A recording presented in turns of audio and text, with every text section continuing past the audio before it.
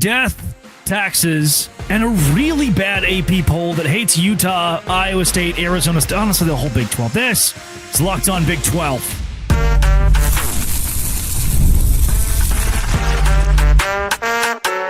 You are Locked On Big 12, your daily podcast on the Big 12 Conference. Part of the Locked On Podcast Network, your team every day.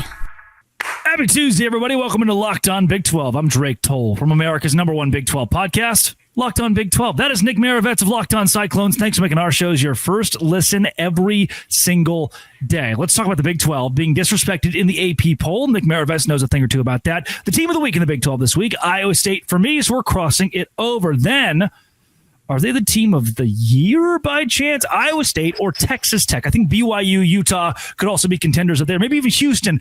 But if you had to pick a team in a cage fight, who wins between the Red Raiders and the Cyclones? Then Utah to the Big Ten. No, wait.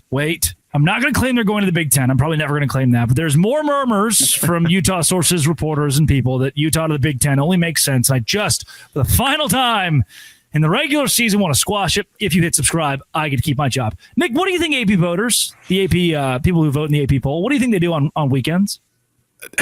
Well, it's fall, so pumpkin patches, apple orchards, I'm sure are in their daily agendas. It can't be watching football, though, I'll tell you that much. Anything but. It's like if they had a wedding every weekend. I love that.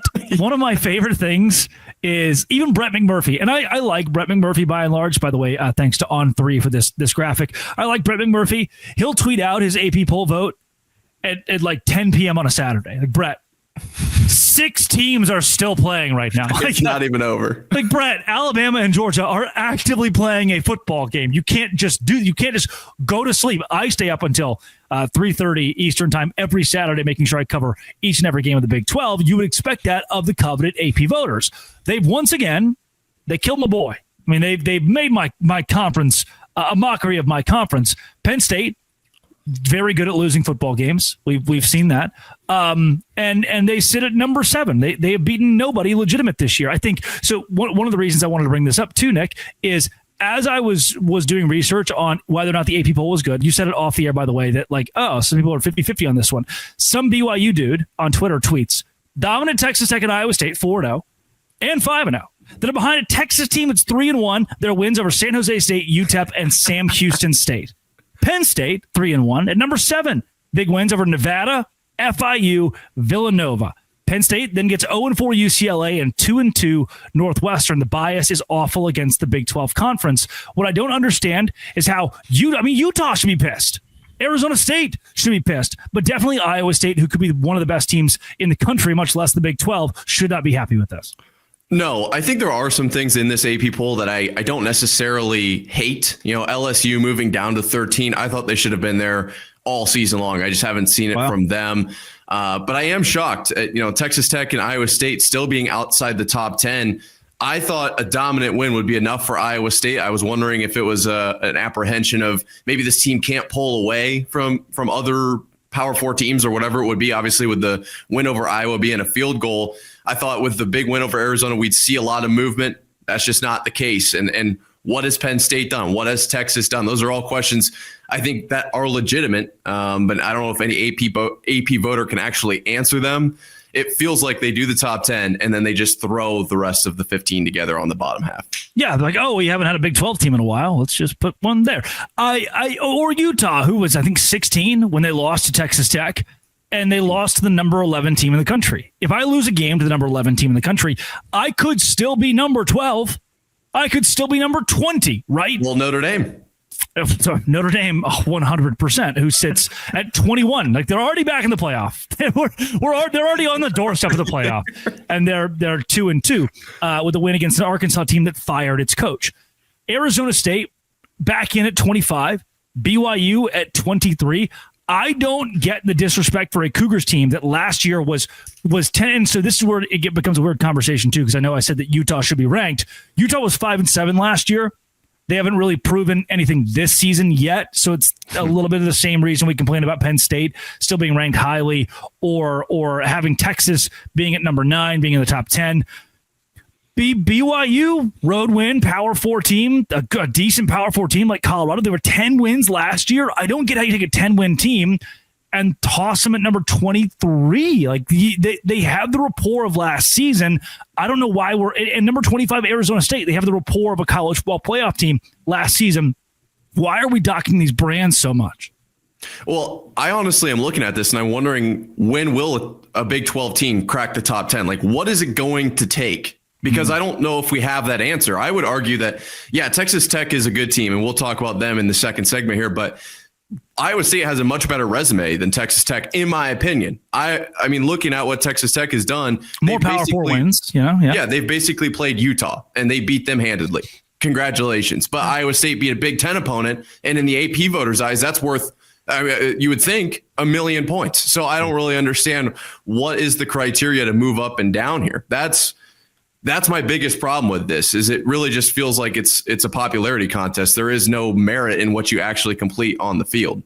Mind you, that was the same Big Ten opponent that took Indiana to the end of the game. Hey, heck, Cincinnati should probably be in the top 25. It looks good too. Over Virginia, having Virginia in that. West Virginia should not be in the top 25, but having Virginia in this mix, I mean, Florida State. I don't know. I don't know, and I hate it. Does it really matter is my question that I've kind of come down to, because I would like to say no, but it actually does, and I've had this argument in my comment section for weeks, arguing Iowa State needs to be higher, this, that, and the other. Well, it really comes down to the College Football Playoff Committee. That's the reason it matters. And for Iowa State, I don't know if they'll crack the top 10 until they win, 10 games, like their first 10? Is that what it is for Iowa State? Because you dominate Arizona, you've got a Big Ten win. I just don't. I'm in the same boat as you. Like, what actually is happening here? Because you make a good point about Arizona and BYU, or Arizona State and BYU, and that's the reason that Penn State's in the top 7, because of what they were last season, and they have a quality loss. Like, that is the argument for a team like Penn State, as opposed to like Arizona State, who's only like, is it Missouri State, right, in the SEC? That's what it is. Mississippi State, close enough. I always want to say Missouri. Mississippi State, like. It's not treated the same. The Big 12 is not treated the same in this regard. Yep. Loss to Texas Tech isn't a quality loss all of a sudden. I don't know how. Coming up, Iowa State or Texas Tech. Choose your fighter. Locked on Big 12, Locked on Cyclones. Bang. Today's show is brought to you by Quo. You don't have to bang the phone calls anymore. You don't have to hang them up, not answer them. Because Quo, formerly Open Phone, saves you. It's the same great business phone system you've heard me talk about before, but with a new name. Here's why it matters. Every missed call is money left on the table. When every customer conversation counts, you need a phone system that keeps you connected 24/7. Quo is the #1 business phone system that streamlines customer communications. It works right through an app on your phone or computer, so no more carrying 2 phones or relying on a landline. See why over 90,000 businesses trust Quo, formerly Open Phone. Get started for free. Get 20% off your first 6 months at Quo, QUO.com/LockedOnCollege, QUO.com/LockedOnCollege. And if you've got an existing number with another service, Quo will port them over at no extra charge. Quo, no missed calls, no missed customers. Visit Quo today. Nick Marivets of Locked On Cyclones. 2 teams in the Big 12, to me, have stood out above the rest. I think that Arizona State is good. I think Houston's good. I still think TCU or Utah or BYU should be in the conversation to go to Arlington. But the 2 schools that have stood out the most, Iowa State and Texas Tech. They, to me, are #1 and #2.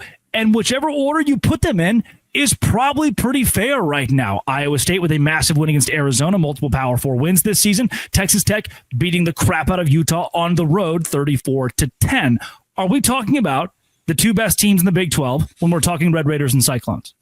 I think so. And actually, just browsing their schedules, I think this is going to be the Big 12, kind of matchup, the Big 12 tournament matchup here. I just don't see Iowa State losing a lot of games the rest of the way. And looking at Texas Tech, they don't have a ton of challenge on their schedule either, with Oklahoma State, Kansas State, UCF, West Virginia to round out the year. Like, I can see Texas Tech dominating through Big 12 play versus Iowa State. I think they've got they've got enough here to make a push for what would be an at-large bid. I think they have enough strength in their schedule, but I think they win at least, 2, 4, 6, 7 games. I think they win 6, maybe 5 of those.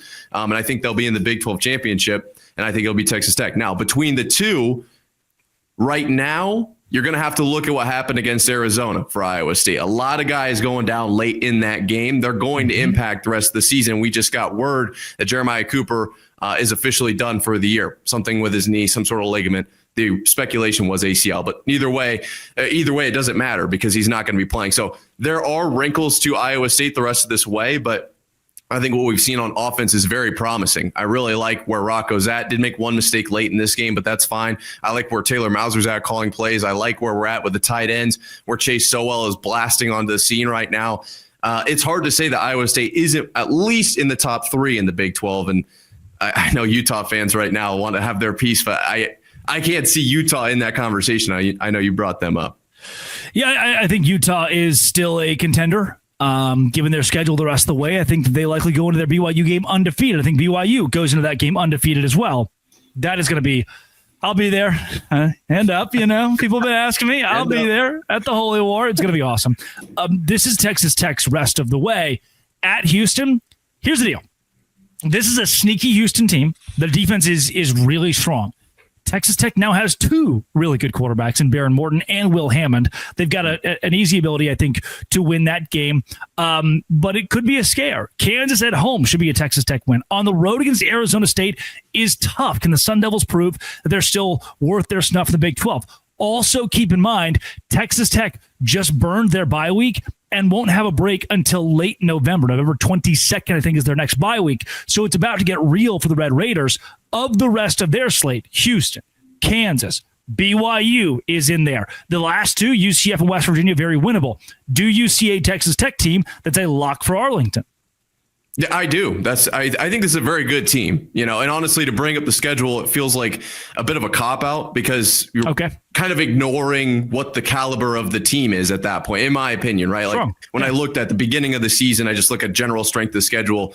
And when I talk about the schedule the rest of the way here, I don't necessarily want to look past the team. I just think it's worth mentioning. Texas Tech is a very good team, a team very capable of making it to the Big 12 title game. And obviously you mentioned like Houston, not going to be a gimme. Arizona State, not going to be a gimme. It looks like Kansas State might be back on track.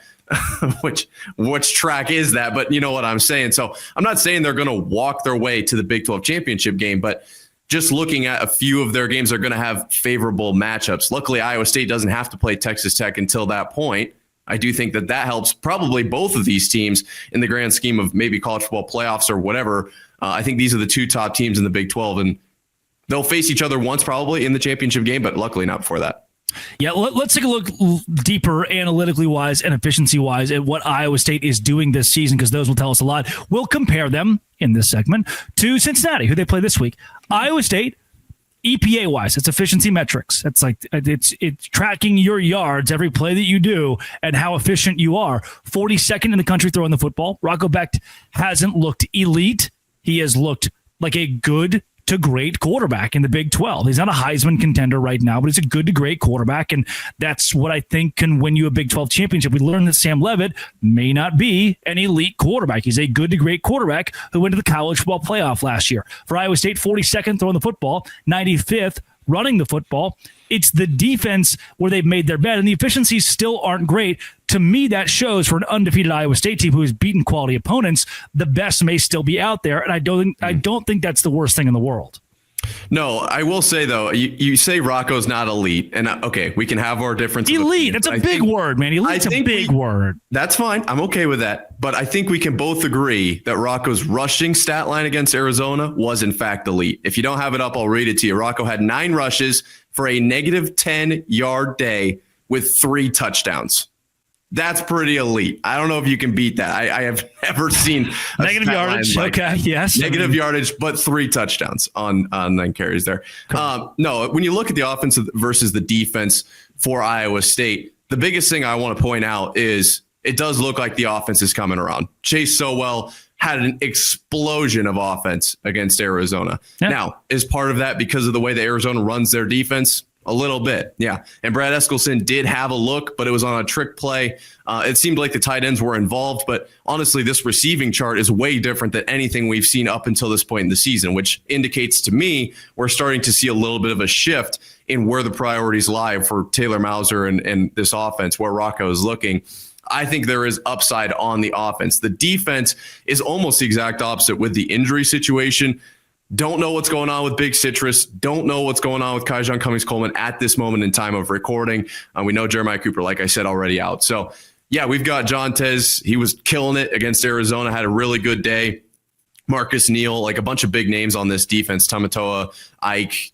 We don't need to play the name game here. But I do wonder what the rest of the season will look like and how John Heacock is going to put them in position, because it's going to look different. It is absolutely going to look different. Like, don't forget about Trey Bell either, another name that we haven't really seen play a ton of starting minutes, but a guy who is very capable of it. And Matt Campbell talked about that in his post-game presser. So offense versus defense, to really round out your question there, I do think you're right. There is room for potential, especially on the offensive side of the ball, but a lot of things shifting at this point in the season. Yeah, injuries notwithstanding, because we'll figure out how Iowa State looks as they move pieces around. Again, I still think these are the two best teams in the Big 12. Texas Tech, number 10 in the country throwing the football, number 107 efficiency-wise running it. That's not very good, but their defense, number 40 against the pass, number 3 against the rush. That's what makes them so deadly. That's what would put them ahead of Iowa State if they played on a neutral site tomorrow. But again, they could still play at a neutral site at the end of the season and both be undefeated, which would be the best case scenario for the Big 12 we get to in the college football playoff, and at large would be awesome. Coming up, they're doing it again. Utah wants to go to the Big 10. Locked on Big 12. Bang. Today's show is brought to you by FanDuel.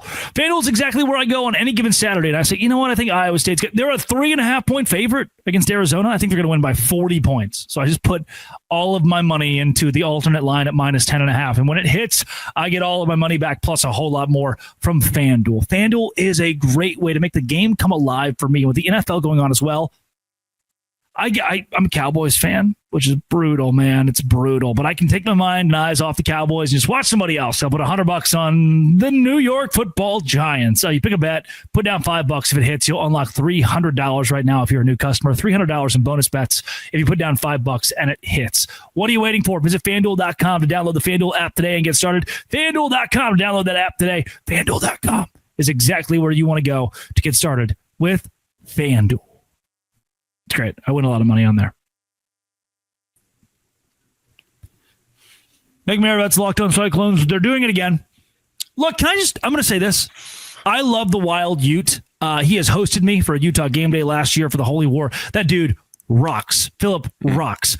I listened to the Monty Show. This is a new one. I hadn't really heard of the Monty Show.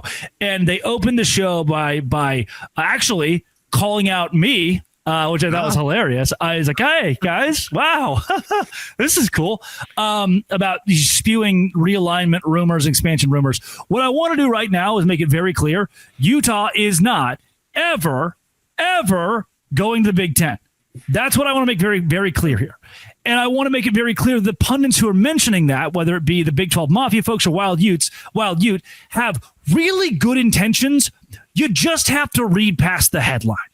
And for my show, I may post report Utah leaving the Big 12 to go to the Big 10 because some random schmuck out there who has 17 followers on Twitter reports that. And the first thing I say is this is never happening. And then some guy named Monty is like, God, what an idiot. Like, dog. Let's all just calm down for a second. Check the viewership numbers. Let's check those numbers. Now let's go toe to toe here. Sorry, that was mean. The Wild Ute tweets, and he said, because West Coast college football. See, who is West Coast college football? We'll start there. They tweet, Dan Lanning says, we're traveling 15,000 miles this year about Oregon. We play 7 teams that have more prep time than we do. Cry about it. The Wild Ute says, again, Philip, great guy. Travel alleviation for its Western schools is one of many reasons, drumroll please, why the Utah Utes are on the Big Ten's realignment radar. Big 12 Mafia, not anytime soon. The Big Ten is not going to make this for a while. Utah does not get the golden ticket. I don't understand. And I hope this is the last time this is tweeted out. Love you, Philip. Philip's a good guy.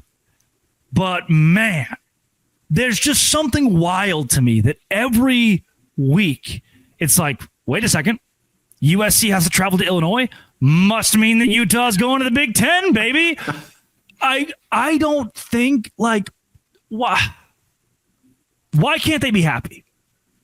Why can't they be happy? Why can't, you haven't said a word yet. It's fine. No, I'm letting you go here, honestly. Why can't Utah fans, the way that BYU fans, the way that Arizona State fans, the way that Arizona fans have been like, you know what? Hell yeah. Big 12, baby. But for some reason, athletic director down, it's like when BYU wins, bad. When Iowa State wins, bad. Like Utah hates all of it. When Texas Tech wins and they're good, bad. They want to see Texas Tech lose the rest of the games this season, while it's antithetical to Utah's strength of schedule moving forward if Texas Tech loses again. I don't see the delusion. Philip is not included in this, but the delusion of Utah fans that are like, we're leaving. The Big Ten wants us. They really, really want us. Their teams are traveling very far.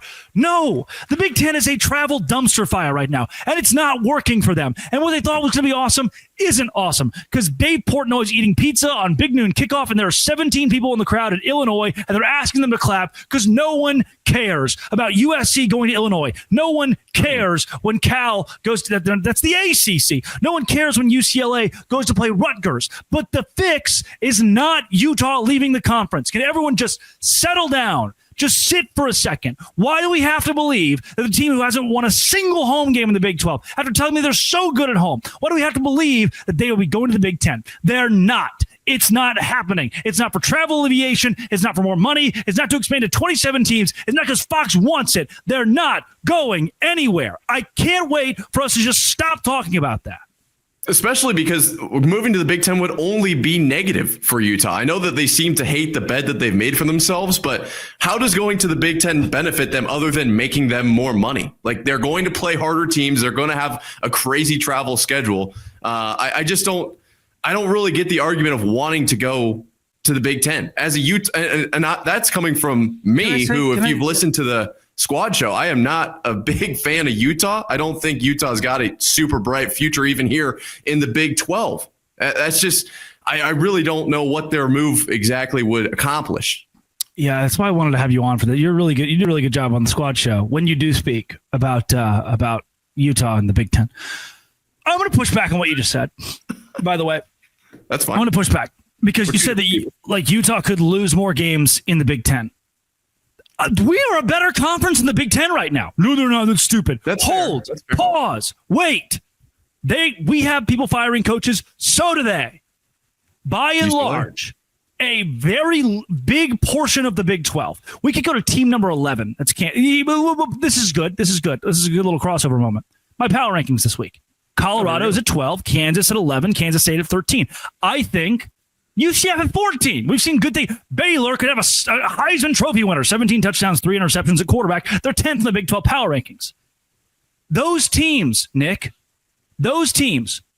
could walk into the Big 10 tomorrow, and they could win consistently against Rutgers, UCLA, Wisconsin, Purdue, Michigan State, Northwestern, Iowa, already did it, Minnesota, Maryland. And from there, if you say they're top heavy, Washington's not that good. They've scored 6 points in conference play. They lost 24-6. What have we seen from Penn State? They've beaten no one. Illinois has not beaten a currently ranked team. What have we seen from Michigan? Nothing. Ohio State, good. Yep. Oregon, good. Yep. Indiana, also good. But guess what? The Big 12 has 3 good teams, 4 good teams. The problem is the second you get past that in the Big 10, you get to nothing. You get to nothing, to zilch. Whereas in the Big 12, Houston may have the number 1 graded defense in the country. Utah may have the number 1 graded defense in the country. BYU, number 1. Arizona State, Sam Leavitt, Jordan Tyson. TCU, a Heisman Trophy winner at quarterback. It's crazy to me that we have this preconceived notion that in the Big 10, Utah would lose more. But, God, if you want to leave, go win more games in the Big 10. You probably have a better shot there. They haven't won a single home game in the Big 12. Yeah, well, actually, you do bring up a good point. I think maybe it's just my blinders being on because of Oregon or Indiana at the top of that conference. Which are good teams. They are very good teams. And Indiana just laid the smackdown on Iowa. And that's always a fun anytime Iowa loses, you're gonna feel good. So maybe it was just my rose-colored glasses. Iowa State dominated Iowa better than Indiana did, by the way. But continue. Yeah, and you're not going to hear very many people agree with that. They want to look at that one totally differently because that's a Big 12 team. That's how people perceive the Big 12, and we could do that all day. I've done that all season long. Iowa State against Kansas State should have been a different score. Against Iowa, it was a totally the scores have not been indicative of Iowa State's dominance in games, but neither here nor there. Looking at Utah, sure, that's actually a good point. They probably would win a few more games over in the Big 10, but then you're looking at that tweet that says that fixes the travel for the Big 10. It just adds a team that's going to have to travel more. Unless you go back to divisions. That's the only way you effectively combat that. And you actually have a true Big 10 West, and Utah helps keep that in check. I don't agree. I don't know how that works at all. I don't think that's good for Utah. I don't know why they want to leave the Big 12, but it doesn't make any sense. I don't either, man. So can I tell you? Can we actually revisit the power rankings while I've got you on? What did Texas do? What did Texas Tech do during the bye week to stay one? I don't know, man. They didn't. What? Yeah, they have the most impressive win of the Big 12 this year. We can hit this for a second. That's fine. They have the most impressive win. You don't have to go through the whole thing, but I mean, this. I feel like all Iowa State fans are going to want to know what the heck the deal is here. I mean, yeah, Iowa State was number 1 4 of my first 5 weeks. Now 4 of 6 weeks, number 1. I think Texas Tech has the more coveted win. Two really good quarterbacks too. ? Better defense than Iowa State analytically. That doesn't mean it's not a bad thing. But again, I brought up earlier, Iowa State has not graded very well efficiency wise. Just the objective metrics, Iowa State has not jumped off the page in their passing or running game, which is weird because their run game is so good. They have so many options to run the football. Even when Rocco Becht has negative yardage, he has 3 touchdowns. And their defense is so solid. I won't even bring injuries into this.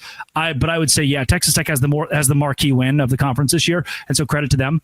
And that's why they're 1. You can flip the 2. I think it's 1, 2, and everybody else. That's why we did the middle segment. Yeah. Like a 1A, 1B situation. I mean, that's where we differ, really, is your value you're putting into Utah. I truly stand by my comments. I don't think Utah is very good this year. I think that they were overhyped with the whole situation going on, Dampier and everything. And so that's fine if you're going to put that much into that win. But I think looking at Iowa State, you can't ignore that they're getting it done. And against Arizona, I thought looked off the charts. They looked way better than they have the first 4 weeks. I think that bye week actually did help them a lot. The injuries will be question marks, but you look at what they got done in the running game, what they did new in the passing game. And then when you go back and look at their drive charts, you'll have to notice they basically played with a short field the entire night. Had they started their drives on the 10, they would have had over 700 yards of offense in this game. They just kept starting in Arizona territory, which is obviously going to help with the score, but it wasn't like Arizona was stopping them either way. I just saw that. Had to ask. This is fair. That's where I would say I think Arizona's bad. No, that's part of it. What do the good teams do to bad teams? That I think sets Iowa State up as a good team, and I understand what you're saying there, but they're good. They're number 2. I think they're over a bye week. That's really what it is for me. If Texas Tech holds one, closest win was a road win in the top 20 by 24 points. They beat the piss out of everyone else. That's fair. But hey, don't be shocked when Iowa State ends up 1 at the end of the season. Correct. I won't be shocked. That's why they're 2. It's the closest what are you having the Cyclones guy on if it's not to argue Iowa State's position? Closest thing you can get to 1 is 2. All right, this has been It Always Will Be. That's Nick Marivets, Locked On Cyclones. Locked On. Thanks for making our shows your first listen every single day. Dose Grande.